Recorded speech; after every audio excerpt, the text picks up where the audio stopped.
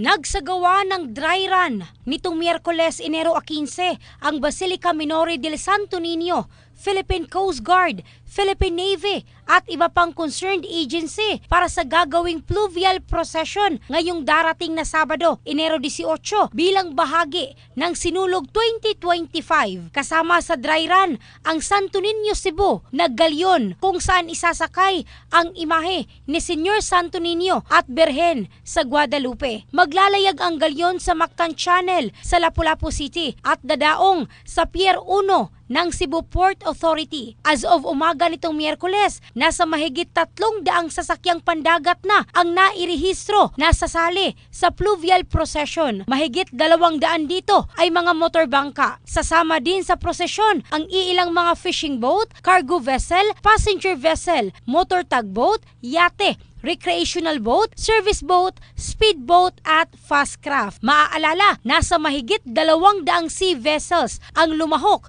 noong nakaraang taon. In the heart of changing lives, ito si Michelle Craste ng Brigada News Philippines, the Music and News Authority.